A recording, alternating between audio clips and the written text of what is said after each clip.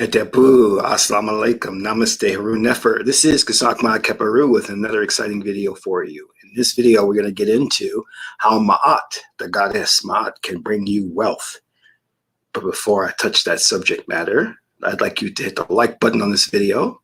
If this is your first time to my channel, welcome. Hit the subscribe button to get notifications on when I go live and when I upload recorded videos. Also, if you want to know more about my spiritual teachings, you can scroll down below and click on the links. Download the ebooks and start reading them today. They're free. If you want to take your knowledge to the next level and beyond, you can become a Patreon supporter. You can simply donate or support us using $1, $5, or $20 per month, and you'll get exclusive access to instructional videos, videos on the spiritual, videos on the esoteric. They'll teach you how to properly meditate, how to breathe, how to create a magical amulet, how to contact the ancestors, how to astral project, how to do self-hypnosis, and how to work with the oracles, divination. That's really good. And if you are an sincere level supporter, all of your divination or oracle readings are free. So become a Patreon supporter. You can cancel at any time. Last but not least, share this video with family and friends so that we may get the revolution started. So Haru Nefer, how are you? You know, it's been a great day. I want to touch upon something that happened to me last night.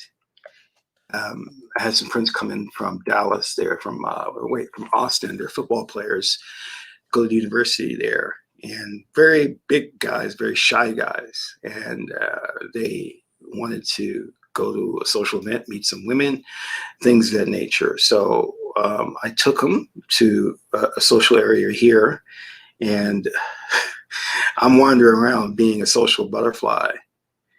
And I go and I look, and they're sitting in a corner by themselves, not talking to any women. I'm like, what? What? This is not what you're here for. You're supposed to be talking with women. Now, they know all about my law of attraction or reality transurfing techniques. They know that they are reality generating machines. But however, acquiring that knowledge and understanding of that knowledge is very different than applying it. You know, what is Mike Tyson said, everybody's got a plan until you get hit. And they got hit. You know, it was very difficult for them to socialize. I'm like, you guys are really built, good looking guys. You don't need to be sitting here in a corner. You should be talking to these women, right? And I was at your prayer because two girls came up to me and started talking to me. They were crazy. They were funny. Because when actually I saw them coming. This is the funny thing. I saw them approaching me because I'm just standing there with a ginger ale because I don't drink. So I'll hold a ginger ale. Looks like a drink. And I saw them approaching me, and one of the girls trips and she spills her drink. And then I look and I go, uh-oh, you're in trouble now. So that's how we start the conversation. But as the conversation is going on, I look over at my friends, the football players, and they're like in their little corner. And I had to go. So I went over. I had to cross the pool to get to them. And I'm like, you guys can't be standing here. So this is kind of really important. I want you guys to understand what I'm about to dive into. One of the guys liked this Japanese woman, very attractive Japanese woman, right? So I was showing them where to stand, you know, to meet women.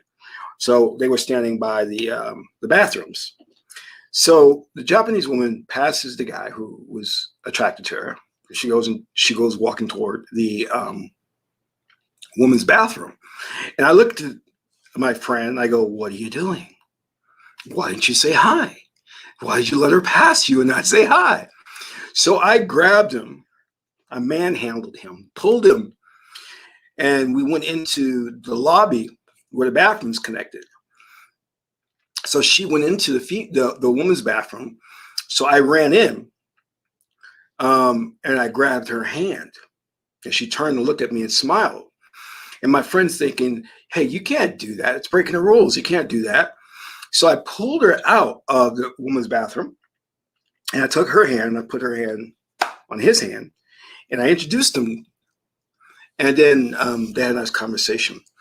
But after that, I spoke to him in depth, and I talked to him about what my guru teacher told me. He said, if it's your reality, which it is, you could do anything as long as you're congruent with it. And I never forgot that statement. Now, let me break that statement down so you understand what I mean, or what he means. If you truly have an understanding that this is your reality and that it's all Maya and an illusion, then you will be able to pull off magical feats like Neo, as long as you're congruent with it. So what does that mean, being congruent with it? As long as what that means is basically, as long as you, whatever you do, and the outcomes you think about are congruent with the fact that you truly believe to the core of your being that it's all Maya and illusion, and you can do whatever your belief system allows you, then you'll get away with it. However, where people get caught up is they try to do things that violate their belief system. In other words, another guru teacher, Bashar, said this to me. He said, well, he didn't say it to me. He was talking to the audience, actually. Sorry. He was like, you can quit your job and manifest your business if your belief system is in line with the fact that you don't have a parachute. However, most people have been programmed that they must have a parachute. So in other words, if you want to quit your job and you don't have that business firmly solidified in terms of it's making enough to support you, then you must honor your legacy belief system, your previous belief system of needing a parachute. You cannot violate that, because that belief system is the strongest belief system. So you need a parachute. However, if you are in alignment, as I was saying earlier, with the idea that it's Maya, it's an illusion, and you can break the rules and you create the rules, then you can do things. You can break rules. You can get away with stuff. So when he saw me walk into the woman's bathroom and not get caught, because they have very strict rules about that. They'll ban you from the hotels here in Vegas. Very strict rules about that. But when he saw me do that, and he saw that she did not have a shock reaction, and the other women there, who were very pretty, by the way. I walked in there and I saw some very pretty girls. I was like, all right, not here for me, but I would love to take my pick. But anyway, I digress. When I grabbed her hand and she turned and looked at me, and all she could do was smile, and I pulled her out, I was being congruent with my reality that said I could do this, because it's Maya. It's an illusion. Nothing exists. Now, if he tried that, security would pound on him and he would get kicked out and banned from the hotel for life. So I want you to understand how this works. Let me set up another thing. I had my house cleaners come, and this is these are new cleaners, right? Kind of like a mom and pop shop. And I gave them a really, really good tip. And now that I think about it, I over tipped them. I mean, I gave them a really good tip. And the reason why I did that was because the amount they were charging me to do the cleaning, I felt was very low. And I also knew the laborious task they would be involved with. Not that my house is dirtier than any other house. It's just that you should get paid for the hard work that you do. Well, so when I look back on it, I said, you know what? It's okay. I could overpay them because I know I'll have more money coming in. And because I'm aligned with that belief system, I know that more money will come in. That is a Maat principle. And Maat also talks about giving, seeking nothing in return. But it's not just giving to anybody willy-nilly, because then people will take advantage of you like they did MC Hammer. He had an entourage. He was paying people, employing friends from the block. And then all of a sudden, when he spent too much money, went broke, no one was there to support him.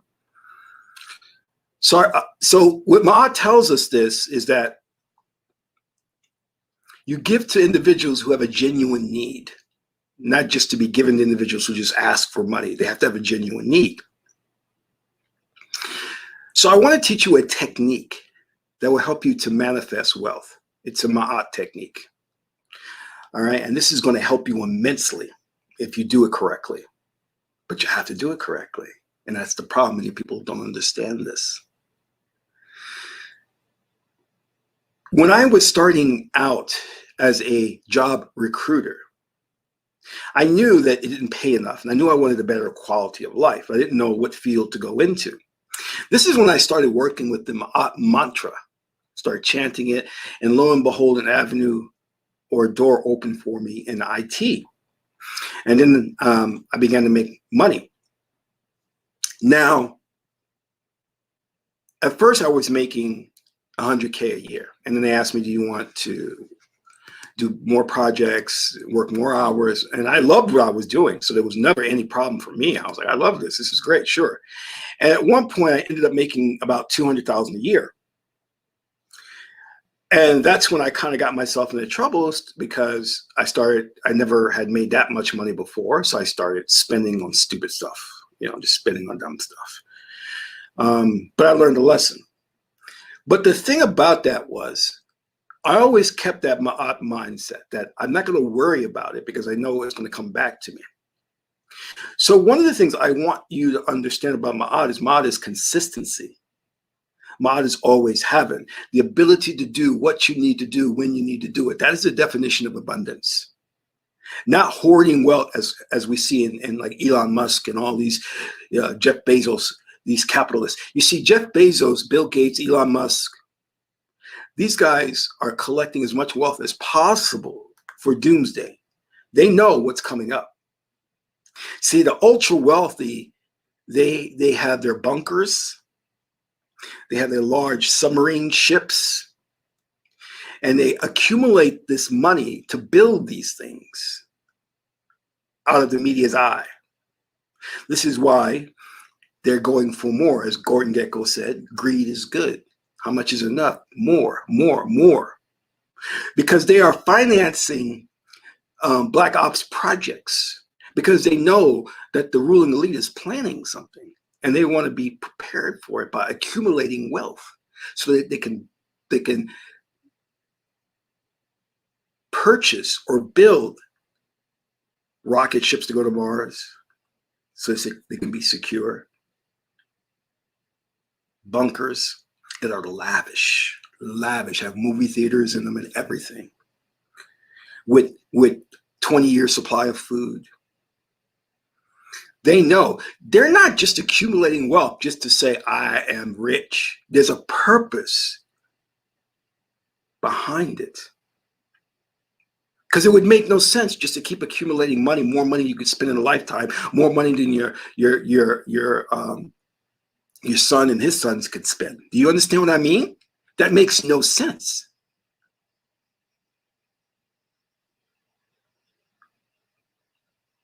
So they're conspiring together because they know the goal is to depopulate the planet, usher in the new world order, and so on and so forth. You've heard this before. I don't need to go over it. If you haven't heard it before, then watch David Icke's videos. See, the problem that we get into is we think very, very concretely in a very polarized way. You have people on YouTube talking about wealth and accumulation of wealth as though you have to invest in the stock market, as though you have to get into real estate or get into IT or tech. Yes, those things are true and you should do those things. But there's a greater component to this, which is your vibrational frequency. I know it sounds very esoteric and ethereal, but listen to me.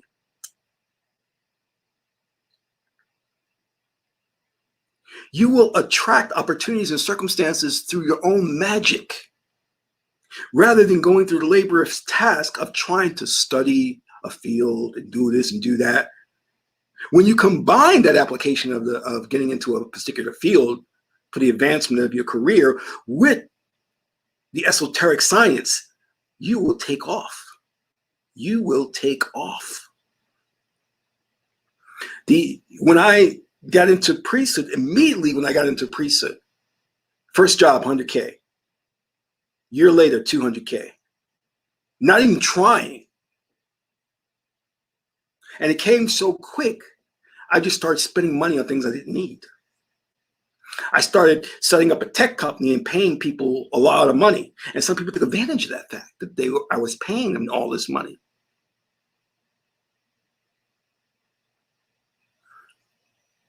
Do you understand what I'm saying? But it wasn't through just solely my own efforts at study of a new field that brought me this income. It brought me this wealth. There was something else behind it, because I noticed one thing about it. No matter how much I spent, I had more coming in. No matter how much I goofed up, I still had more coming in. That is the Ma'at balance. Ma'at is balance. Ma'at is such a wonderful goddess that she says the wealth will be consistent. Consistency is her middle name. And the one thing I love about Ma'at that has kept me going from an emotional perspective is she is optimistic, warm, open-hearted. My mother was that way. Strangers would come to the door. They would need money. They need food. She would give it to them. Crack addicts, this is during the crack epidemic, would come to the door. She would help them out. Now, let me hip you to the technique that you'll need to practice that will take you far. It is a lifestyle. See, people are so, what's the word for it? Tit for tat, quid pro quo. That when they need something, they want to know what ritual can I do to get some money or to get this. I'm trying to show you that it's about a lifestyle. It's not about just doing a ritual to get the money. It's a lifestyle. And you must embrace that lifestyle and practice it and live it.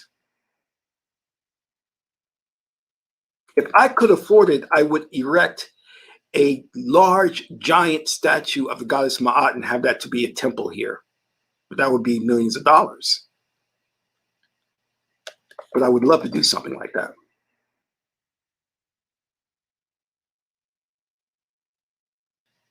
Because that's how I want to live.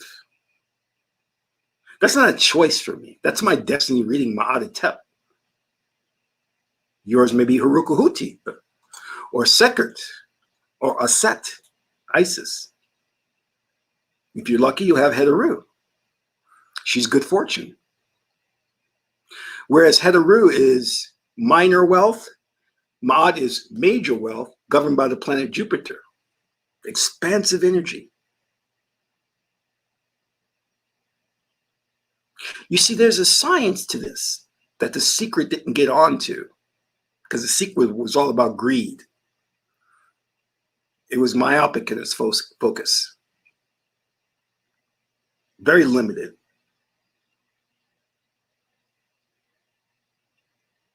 When I came here to Vegas, I started realizing it was a gratuity town. Everybody was tipping, but they were tipping big.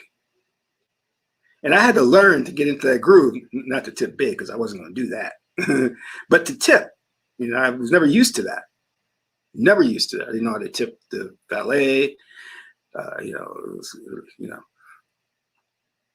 But I figured something out that helped me, that I want to share with you. The first thing I did was I started chanting the Ma'at mantra and meditating 1 hour per day. Without fail, I didn't miss a day. Just sit there, meditate, and chant the Ma'at mantra mentally. Because she's a goddess of wealth. She's a goddess of abundance. What is the definition of abundance? The ability to do what you need to do when you need to do it. It's not the hoarding of wealth. It's not capitalism. And the nature of capitalism said there has to be people who are on the top and on the bottom. We don't want that. We want balance. All right. So I started chanting the Maat mantra. And one thing about Maat, she is sharing. She shares, she gives, seeking nothing in return. She's unrequited love. As a lot of women have a problem with that, meaning that you must give your love even if it's not being returned. You don't take your baby daddy to court. You don't say all these negative things because then you weren't really in love. You didn't really love that person, because even if you divorce and you have a falling out, you still should love that person till they die. That's Ma'at's love. That's God's love. Am I speaking French? Do you guys comprehend what I'm saying? Paula, do you comprehend what I'm saying? Lady Magi, do you understand what I'm saying?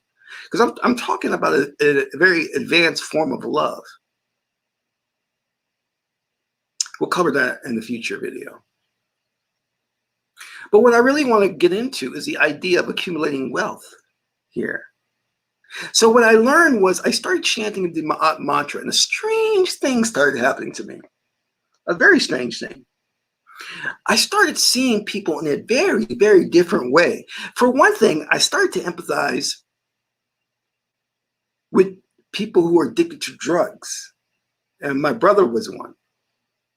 I started really seeing that they just weren't drug addicts, but they were people who had real issues and needed help. And my heart went out to them.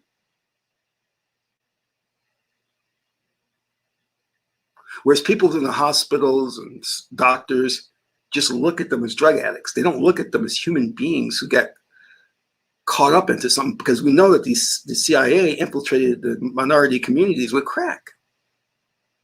And it's not their fault.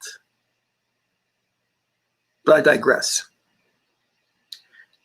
So I started to get involved in political organizations. And then when I would see young brothers and sisters, whether they be Latino, Black, Mexican, what have you. Sir, could I wash your windows for $1? Sir, could you buy my drawing for $1? I said, no, you can't. Absolutely not. And then I opened my wallet and I would give him $5. I said, no, you don't have to wash my car. Here's your donation. Take this, it's yours. And I started giving to people who were in need. And that was coming out of the heart. It was just a thing I wanted to do after chanting the mantra. You see, it's different than the Christian way, because the Christian way just focused on the gesture, just focused on the act itself. With the spirituality that comes from our culture, our ancestors of antiquity, there's a true change of the heart. And then I began to feel sad over the things I should have done years ago. My uncle in the hospital needed $5,000 for his mortgage. I could have wrote him that check, but I didn't. Because you see, I was brought up in a family that was selfish and greedy. And I learned those traits. And it wasn't until I got into the priesthood that I learned to give, to care about other people. And I wish I can go back and change those things. I would have wrote that check for $5,000. My uncle got the money from my aunt, but it should have come from me, because he was always kindest to me, or nice to me. Is that a weird word, kindness? No, never mind.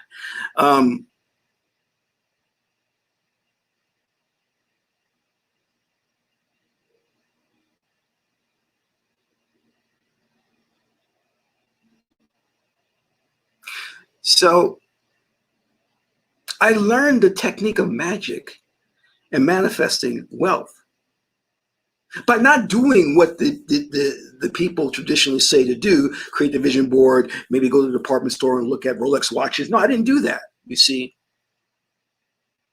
what I started to do was just to spend, was just to give, and not worry about if I would get more money. And there were times I was spending and giving and saying, hey, it's a little bit too much. But then I had to back it up and say, it's all right if I'm congruent with my reality, if I'm congruent with this. Meaning, I know I can manifest more, and Maat has got my back. Maat will give me more money. She's balanced. As long as I'm chanting about Maat 1 hour a day, visualizing myself in abundance, not hoarding wealth, not capitalism, but in abundance. What's the definition of abundance? The ability to do what you need to do when you need to do it. So visualizing myself traveling, climbing Mount Everest, not kidding, visualizing myself doing that.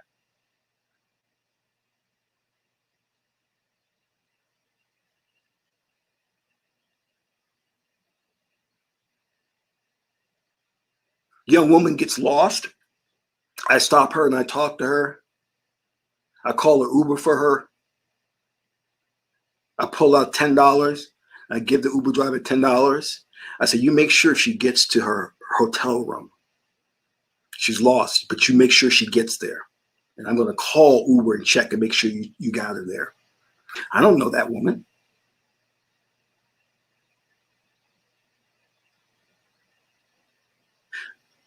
Young man called me about websites. He's trying to start an e-commerce site. I said, don't worry. Okay, I'll build it. He says, how much are you going to charge me? I said, I'm not going to charge you anything. I'm going to build it for you. I'm not going to charge you a dime. Only, I said, but when I have the time, which may not be for another month, but I will build it. We have lost the capacity to care about one another, to do things for one another, to take care of each other, because we are consciousness. We are family. Do you not understand? We are family.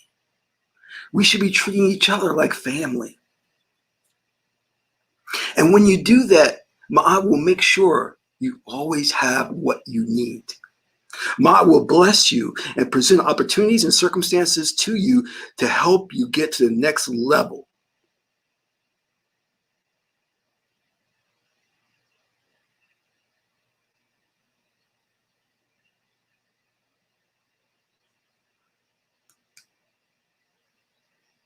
As long as you're in the mindset of when you're giving, that you'll always be okay because Maat's got your back and you're congruent with that reality, you never have anything to worry about. And that you're meditating every day, you never have anything to worry about.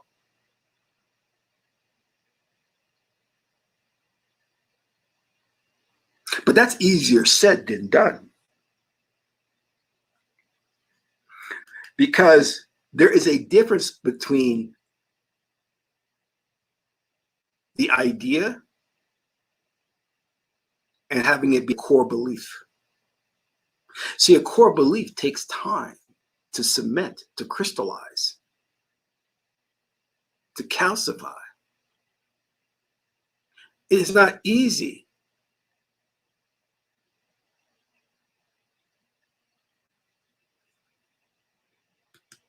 To get there. It may take a number of meditation sessions for you to achieve that thinking, that shift in your vibrational frequency. It's all it is a shift in your vibrational frequency. Clifton Davison, Dark Deceased, Ma'at Hetep is my first career reading, but I don't under or overstand it. Well, will you help me?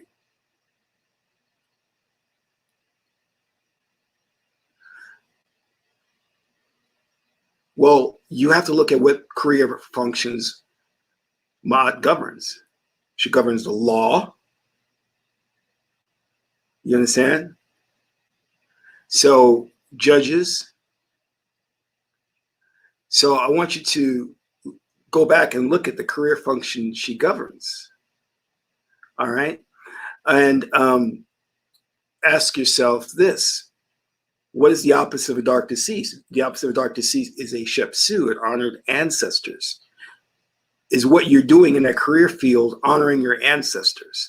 A dark deceased is an indication that it may not be. And it may indicate also that you have Ma'at violations that you need to clear up within you.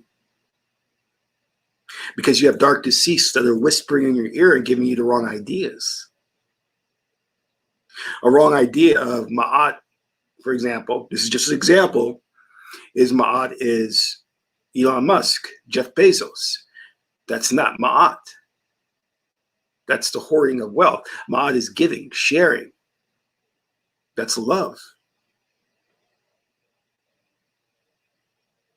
What I indicated to you prior about Jeff Bezos and all of them hoarding wealth to build these secret bunkers because they know that there is going to be another turning point that will usher in a new world order. That's a dark decease.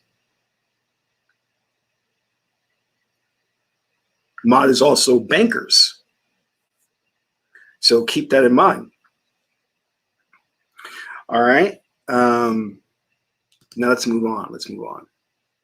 So if you are chanting the Ma'at mantra for at least an hour a day and visualizing yourself in abundance, and then from the goodness of your heart doing right and just by others, I'm not telling you to go out there and suddenly start giving people money. But what I am saying is for you to start looking at people in a very humanitarian way and not in a very selfish way that we've been taught. And then one of the worst forms of this programming is rap music, which is all about hoarding wealth, materialism, looking at women, Satanism. So try to indulge yourself in those things that are Ma'at based, living truth, balanced. Let us go into the Ma'at mantra. I want you to chant it 1 hour per day, and Maat's day is Thursday. So on Thursday, you're going to chant it for at least 2 hours in meditation, visualizing yourself in abundance, and you're going to be chanting Om Shring, Om Shring, Om Shring, Om Shring, Om Shring, Om Shring, Om Shring, Om Shring. And you keep chanting it because what you're trying to do is you're trying to change your current energy vibration to that of the Ma'at vibration, where it attracts the wealth and the money. And now here's the really tough and difficult part. You have to go about your life spending a little bit above what you normally would, with the idea in mind that you'll get it back in return. It'll balance things out. So not to worry about the money. Don't constantly check your bank account. Don't be uptight. So you can't be too frugal, and you also can't be too careless. You have to be in that sweet spot, that in-between spot, to where you know you're spending a little bit more, you knowing you're doing a little bit more, but you're doing it out of the faith that Ma'at has got your back. That activates the power. Do you see what I'm saying? That activates the power. But here's the warning. If you don't truly believe that this is your reality and everything is Maya, and if you don't truly believe in Ma'at, if you don't truly love Ma'at, if you don't truly think the Ma'at mantra will work, then don't do this. You're going to mess your finances up. As I gave the example of the parachute, you've got to honor your belief system. If your belief system says the Ma'at mantra won't work, that you can't spend more money than you have, that you'll get worried and anxious and have anxiety, then don't do this technique. It'll just complicate your life and make matters worse. But if you have that seed of faith and belief in Ma'at, and that understanding from a core belief system that it's all Maya and an illusion, it's your reality, then proceed with gusto. Be enthusiastic, knowing that Ma'at will bless you. So here's the first stage that's going to happen. Your bank account's going to increase. That's the first thing that's going to happen. You're going to start to see more money accumulate. Don't keep checking it, but you will notice that your money is going to increase. Here's the next phase. Opportunities to make more money are going to come your way. Now, I'm not talking about lottery, and no, that's not what Maat's wealth is consistent. Lottery is here today, gone tomorrow. Maat's going to give you money that's going to keep coming in. And you're never going to be without. You're never going to be in lack. That's the wonderful, beautiful thing about Ma'at. It's always going to be there when you need it. The other thing is you must live truth. You can't do this and then go around doing backwards corrupt stuff. You can't do it. You're dealing with the goddess of truth and righteousness. She's not going to allow you to violate truth and then give you wealth. She's not going to allow you. She's not going to do that. So you must live truth, meaning go to the tree of life and read the truisms. Truism, the truth is not turning the other cheek or love thy neighbor. That's not what I'm talking about. I'm saying live the truth of the truism. What is one truism? Tahuti says nothing has a quality in and of itself. Don't call your neighbor a bad person. Don't say your former husband was wrong and did all this messed up stuff to you and abused you, even though it may be true, but don't go around saying that. Have compassion and love for people and try to understand their perspective and their side, the other side of the coin. Understand that, yes, you may be a certified victim. People might have done wrong to you, but let it go. Let it go.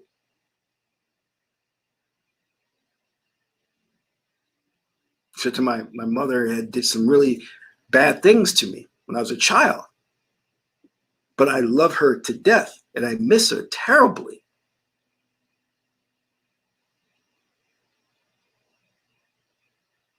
And I forgive her for those things. Because it's the right thing to do. Don't do things just so because it makes you feel good.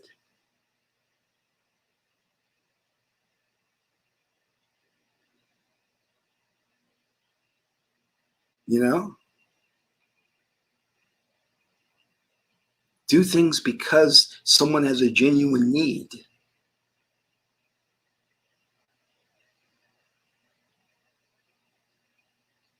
And if you think it's an inconvenience to do these things, then examine the type of person you are.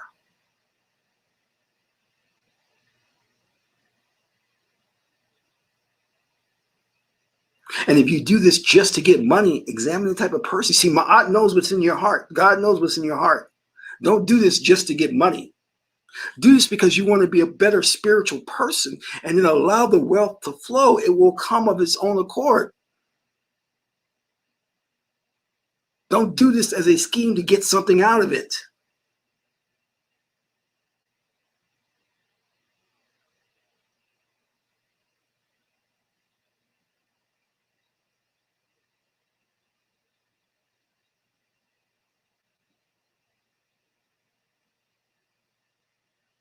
Strive to be a better spiritual person. All the Christians are looking to do is to do what they think is right from a physical perspective, but their hearts are not in the right place. So when they go to the hall of Ma'ati and Ma'at weighs their heart against the feather, their heart is going to weigh heavier than the feather.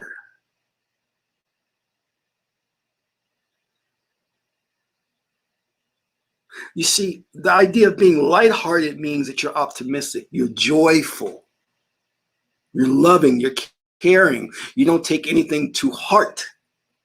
That's the weighing of it.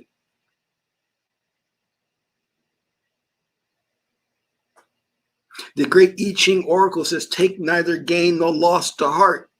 When I lost a bunch of money, I lost about $30,000, right? I was like, oh, I'm so upset. What do I do? I went to I-ching and says, take neither gain nor loss to heart. I'm like, okay, that's a tough one. Who gave me that financial advice? I'm going to kill him. I'm going to kill him. But okay, take neither gain nor loss to heart.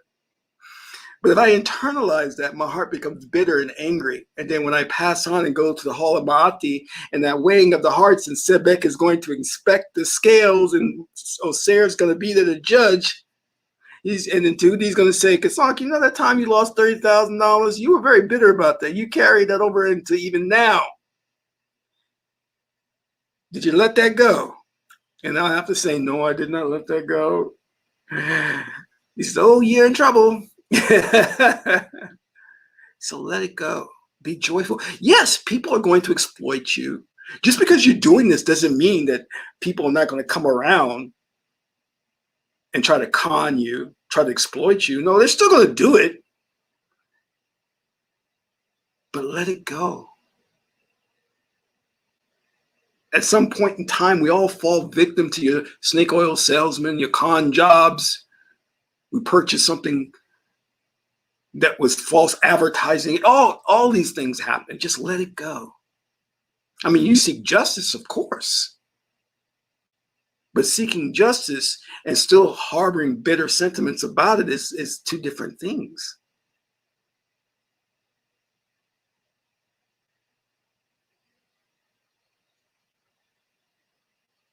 One of the things that helps me is I know, like, the women I've dealt with, some of them did me wrong. And I get a little upset every now and then thinking about it, but then I remind myself, wait a minute, I can't get upset about an illusion. I can't get upset about something that doesn't really exist. That's Maya. So why am I upset? It doesn't really exist. And realistically, it may have never even happened if you understand how the space-time continuum works.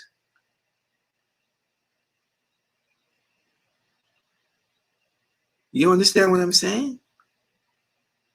So don't get too wrapped up in the past. And I always say, well, I got magic. I can correct many things. So I don't get worried too much about if someone did me wrong or I took an L. I've got magic.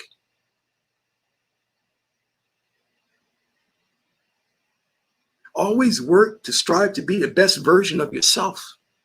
Always rise above your present condition and look at Elsair as your inspiration of what you want to be. And in your relationships and how you're dealing with people, always express that love of Maat and that joy of Heteru. You can never go wrong. Remember, if you're doing the things I'm telling you, Maat will always have your back. But remember, we're dealing with magic. So what does that mean? I was watching the Jetsons today and they were talking about space magic. I'm like, what is space magic? The great Nimbus space magic.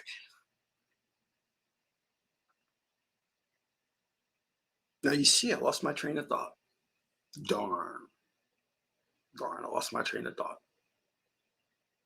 If you guys get an opportunity, please donate to the channel. I think Facebook, I'm sorry, I think Facebook, I think YouTube still has me banned from getting super chats. Well, that's going on a year now. They're really pissed at me. I was thinking, like, this thing has been going on a year that they banned me. I'm like, are they really pissed at me? What did I do? You know?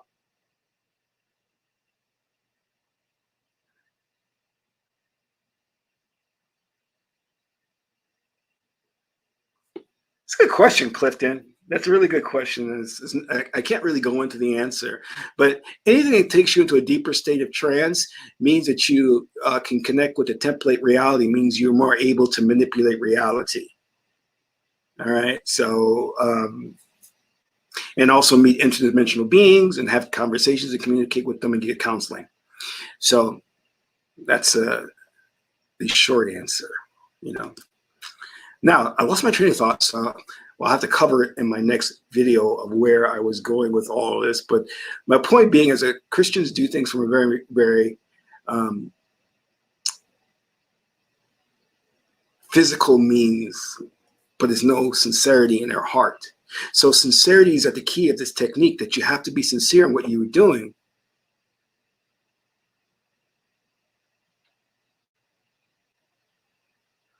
You know, oh, thank you. Oh, thank you, Wandering Sage. Yeah, let it go. Yeah, so you're going to have to, if you want to have a good afterlife, learn to take those L's and let it go. Even though you think of people, you know,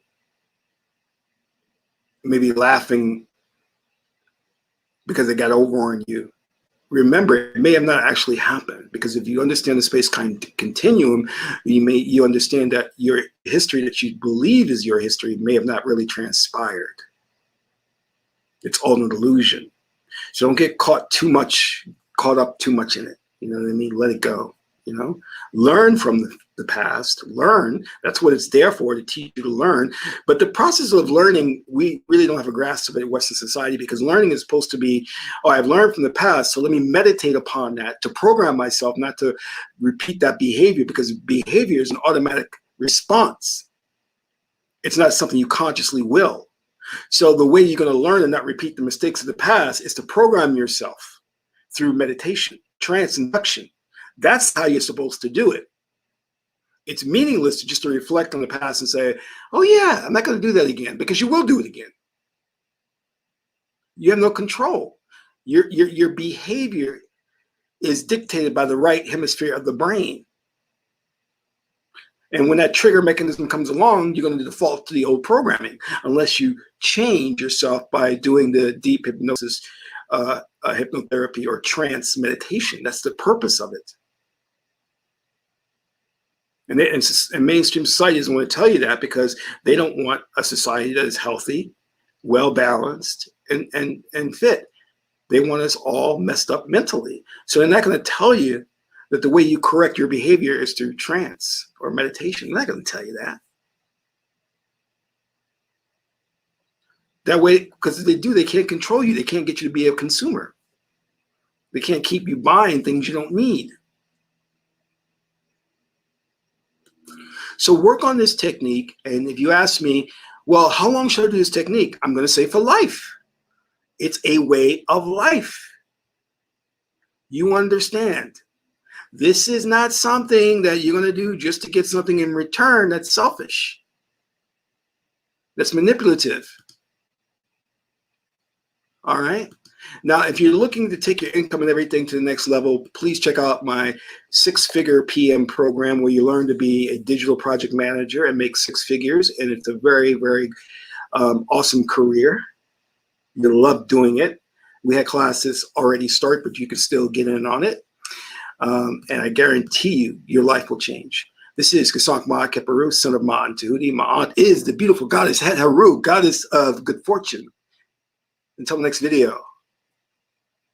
What should I say? I always ponder this question, if I should change it or not. Amun Ra.